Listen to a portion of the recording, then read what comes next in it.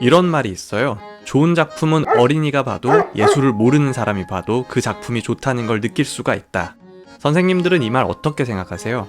그런 작품도 있겠죠. 많이 있겠지만 모든 작품이 그렇지는 않을 것 같아요. 작품의 배경에는 사회 분위기가 있고 작가의 뒷얘기가 있고 작품 속에 숨겨진 의미도 있고, 그런데 이런 것들은 공부해둔 지식이나 정보가 없으면 알 수가 없습니다.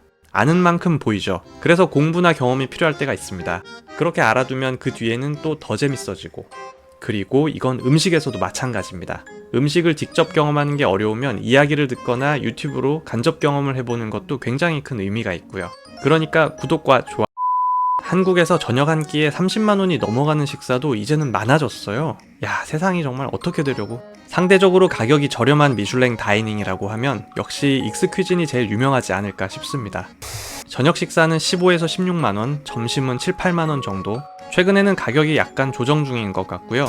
점심이랑 저녁 메뉴를 비교해보면 디저트가 하나 빠지고 코스에서 두어 개 정도 빠지고 그러는 것 같아요. 그렇게 생각하고 보면 점심 코스가 진짜 가격이 좋습니다. 그래서 그런지 익스퀴진을 얘기할 때 가성비 맛집이다 이렇게 말씀하시는 분들이 많더라고요.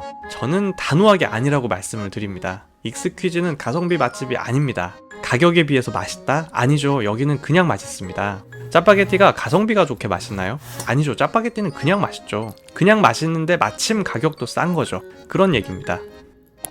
실내를 한번 둘러볼게요. 다른 다이닝들하고 비교를 해보면 좀 특이한 부분이 눈에 띄는 식당입니다. 첫 번째로 인테리어가 되게 캐주얼하죠. 와인바 같은 느낌이고, 그렇게까지 막 격식 있는 분위기가 아니기 때문에 다이닝이 익숙하지 않은 선생님들은 오히려 편하게 식사를 하실 수도 있습니다. 두 번째 특징, 여기 일하고 계시는 분들이 다 셰프님입니다. 와인 따르는 것도 셰프님, 서빙도 셰프님, 음식도 당연히 셰프님, 계산도 셰프님이 합니다. 복장을 보면 서버 복장인 분이 따로 없어요. 소믈리에도 따로 없습니다. 그래서 와인 페어링도 없습니다. 그냥 글라스 와인을 종류별로 시키면 페어링처럼 드실 수 있기는 하죠. 중국집에서 코스 요리가 없어도 메뉴 처음부터 끝까지 다 시키면 그게 코스 요리가 되는 것처럼요. 스파클링이랑 글라스 와인 쪽만 조금 찍어왔으니까 한번 보시고요. 적당한 가격에 이런저런 RM 샴페인들이 보입니다. 크레망이 한 종류 있어서 일단 한 잔 주문을 했습니다. 와인을 따를 때 와인 따라주시는 셰프님한테 말을 걸었더니 양 조절할 타이밍을 놓치셔서 되게 많이 주셨어요. 선생님들도 익스퀴진 가시면 타이밍을 잘 맞춰서 말을 한번 걸어보시면 좋겠습니다. 메뉴에 적혀있기로는 스낵 이렇게 한 단어 적혀있는데 스낵으로만 한 5가지 요리가 나옵니다. 오, 완전 이득이죠. 한 입, 두 입 정도의 전체 요리가 나오는데 하나하나가 맛도 정성도 꽉 찬 요리들입니다. 첫 음식은 문어 타르트. 이름은 문어인데 요리를 입에 넣어보면 문어가 주인공 같지가 않아요. 일단 먼저 타르트지가 진짜 맛있습니다. 타르틀렛 두께가 정말 얇고요. 입을 간지럽힌다는 표현이 딱 어울리는 식감이고 첫인상이 좋습니다. 치미추리 소스가 들어가는데 이것도 존재감이 좋아요. 풀향, 허브향이 산뜻하고 그게 올리브유를 만나서 향이 또렷하게 전달되는 좋은 요리입니다. 성게 소스, 아보카도 소스, 엑스오 소스를 올린 크래커입니다. 바로 앞에 나온 타르틀렛이랑 이 크래커랑 역할이 약간 겹치는데 앞에 타르틀렛이 너무 맛있어서 이 크래커는 상대적으로 좀 밀리네요. 그래도 위에 올라간 고명의 맛은 이것도 훌륭합니다. 크래커랑 아보카도가 고소하고 엑스오 소스의 스파이스, 그리고 감칠맛도 잘 섞여 있습니다. 매운맛이 남아서 뒷맛이 은근히 오래가는데 이게 불편하지가 않고 매콤한 여운이 좋아요. 에피타이저의 단골처럼 나오는 메뉴죠. 소고기 타르타르입니다. 그래도 너무 식상해지지 않도록 구성을 잘했네요. 고기도 드라이 에이징을 해서 풍미를 더하고 부위도 채끝을 쓰고 밑에 깔린 빵, 이 브리오슈도 잘 만들었고요. 빵이 버터 뉘앙스 좋은데 바삭하기까지 해서 입이 즐겁습니다. 메추리알도 고소하고 이런 여러가지 기름들, 고기의 지방, 노른자의 지방, 버터 지방, 이런 기름들을 홀스레디쉬가 들어가서 매운맛으로 깔끔하게 묶어버립니다. 이제는 좀 흔한 요리지만 덜 심심하게 맛있게 내면 요리를 하는 셰프님의 고민이나 노력에 대해서 한 번 더 생각해보게 되는 것 같아요. 이거는 만두같이 생겼네요. 만두 맞습니다. 이름은 사골만두라고 하고요. 채소를 발효해서 소스를 만들어서 육즙의 맛을 좀 더 복잡하게 만들었습니다. 살짝 매콤한 스파이스 같은 것도 느껴지고요. 한국에 있는 다이닝들을 돌아보면 한국 사람에게 되게 익숙한 형태나 문법의 음식들을 한 번씩 내는 경우가 있어요. 김밥이라든지 국수라든지 만두라든지 아무래도 익숙한 메뉴니까 소비자 입장에서는 재밌게 먹을 수가 있는 것 같습니다. 한참 먹은 것 같은데 아직도 아뮤즈부시가 안 끝났습니다. 마지막 아뮤즈부시로 돌을 한 무더기 가져다 주시고요. 이걸 다 먹어야 집에 갈 수 있어요. 이 돌무더기 중에서 딱 한 덩어리가 생선튀김이고요.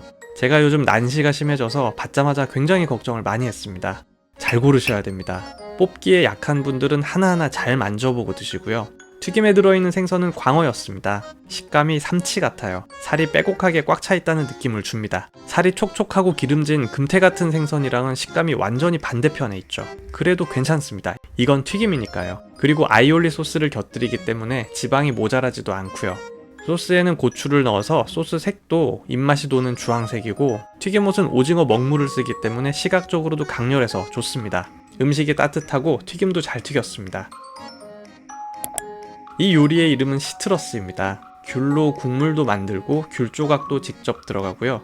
위에 양파채처럼 올라가 있는 건 펜넬이라는 채소입니다. 한국에서는 다이닝에서 먹는 거 아니면 거의 만날 일이 없는 채소죠. 이렇게 보면 양파랑 비슷한 느낌인데 식감은 감자에 더 가깝지 않을까 싶네요. 랍스터랑 한치도 조금 들어가 있습니다. 해산물과 새콤한 국물, 그리고 채소. 이 접시는 물회구나, 물회의 기출 변형이구나 이렇게 생각을 하시면 요리를 이해하기가 쉽습니다. 만두도 나오고 물회도 나오고 생선 튀김도 나오고 마치 한식당 같은 익스퀴즌을 보고 계십니다. 삼치구이입니다. 바닥에 빨간 소스는 오미자를 끓여서 만든 신맛 또렷한 국물이고요. 보통 생각하는 오미자 주스 맛이랑은 많이 다릅니다. 오미자 맛이 훨씬 더 또렷하고요. 채소로는 방울양배추를 구웠습니다. 일본에서 생선을 굽는 방식 중에서 와라야키라는 게 있거든요. 집불을 태워서 그 연기를 생선에 입혀서 풍미를 살리는 건데 그런 스타일로 구우셨고요. 삼치도 맛있지만 이 방울양배추가 또 맛있습니다. 저는 요리를 하면 방울양배추를 다루는 게 되게 어렵더라고요. 제가 요리하면 그 방울양배추 특유의 풋내, 비린내 이런 게 되게 거슬려요. 여기는 당연히 그런 거 전혀 없고 고소하고 맛있게 잘 구워졌습니다. 눈으로만 봐도 산뜻함이 확 느껴지는 접시죠. 그런데 굉장히 반전이 있는 접시입니다. 제가 느낄 때는 이 접시가 셰프님의 정체성을 되게 잘 보여주는 접시가 아닐까 그렇게 생각을 했어요. 산뜻해 보이는 색에 비해서 고소한 맛이 정말 두껍습니다. 고소한 맛을 하나씩 차곡차곡 쌓아놨어요. 아삭한 채소, 포슬포슬한 타르트, 촉촉한 노른자, 그리고 치즈 소스. 이게 전부 다 고소한 재료들이죠. 고소함에서 느끼함으로 넘어가는 아슬아슬한 경계선에서 진하게 맛을 내는 요리입니다. 맛있습니다. 제 생각에는 너무 기름지지 않은 상큼한 화이트 와인이나 스파클링을 곁들이면 되게 좋은 경험을 하실 수 있을 것 같네요. 이번 접시의 이름은 콜리플라워입니다. 선생님들이 너무 좋아하는 채소 재료죠. 근데 정말 아닌 게 아니라 채소가, 제가 늘 말씀드리지만 채소가 정말 좋은 재료거든요. 콜리플라워도 정말 고소하고 맛있는 재료입니다. 바로 앞에서 먹었던 요리가 계란과 치즈로 고소함을 만들었으면 이거는 채소와 크림으로 고소함을 만드는 그런 접시입니다. 소스가 입에 닿을 때 너무 무겁게 느껴지면 안 좋으니까 크럼블을 넣어줘서 식감을 바삭하고 가볍게 해주고요. 가리비도 좀 짭짤하게 구워 넣어서 너무 느끼해지지 않게 균형을 잡아줍니다. 메인입니다. 저는 메인 요리는 어떻게든 소고기를 안 먹으려고 노력을 하는 사람이고, 오늘의 메인은 소 아니면 돼지고기. 그러면 저는 돼지를 골라야죠.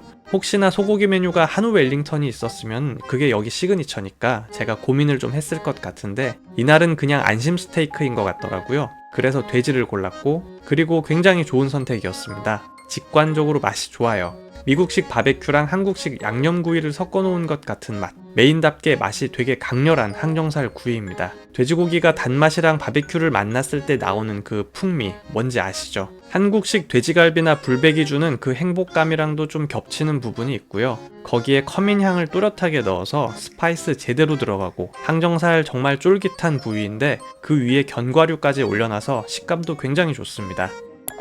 입가심용 라임 샤베트가 하나 나오고요. 질감이 부드러워서 숟가락에 걸리는 느낌이 좋습니다. 글라스 와인 중에서 디저트 와인도 있습니다. 달달한 소테른 와인이 있어서 주문을 하려고 셰프님을 불렀는데 셰프님이 포트 와인을 추천을 해주셔서 추천받으면 또 안 먹어볼 수가 없죠. 두 번째로 나온 디저트는 커피 판나코타. 디저트랑 추천받은 포트 와인이랑 같이 먹자마자 깜짝 놀랐습니다. 이건 병으로 구입을 해도 싼 포트 와인이거든요. 그런데도 페어링이 와, 정말 저는 포트 와인의 신맛이 많이 도는 걸 별로 안 좋아합니다. 그리고 이거는 신맛 또렷한 포트 와인이고요. 그런데 디저트랑 만나니까 마리아주가 너무 잘 맞습니다. 디저트에 들어간 커피랑 레몬 크림의 신맛이 디저트랑 술 사이에서 징검다리가 돼서 술과 디저트의 단맛이 정말 복잡하고 맛있게 넓게 펼쳐져요. 마리아주의 세계는 정말 재밌구나 또 한 번 느꼈습니다. 뿌티푸르 3가지가 나오고 작두콩차, 익스퀴진에서는 차는 이거 하나밖에 없습니다. 그 부분이 살짝 아쉽지만 익스퀴진이 절대로 크지가 않은 작은 식당이기 때문에 이런 게 운영에 있어서는 현명한 방법이니까 넘어가야 될 것 같고요. 차가 좀 많이 뜨겁게 나와서 김이 엄청나죠. 자, 이렇게 해서 결과적으로는 굉장히 맛있게 먹었습니다. 요리들이 전체적으로 설득력이 있어요. 이건 이렇게 하면 맛있으니까 이렇게 낸다 라는 게 되게 잘 느껴집니다. 묘하게 조금씩 한식 느낌이 여기저기 들어간 부분들도 재미가 있고요. 가게에 있는 셰프님들에게서 요리에 대한 애정이나 열정이 많이 느껴지는 것도 참 좋은 가게라고 생각을 하고요. 그리고 재밌는 게 익스퀴즈는 한 사람이 한 달에 중복 예약을 잡지 못하게 만드는 룰이 있어요. 단골도 좋지만 좀 더 다양한 사람들에게 맛을 알리고 제공하고 싶다, 이런 부분도 참 좋은 것 같습니다. 맛있게 잘 먹었습니다. 오늘도 끝까지 봐주셨네요. 감사드리고요. 저는 또 다음 영상으로 돌아오겠습니다. 안녕.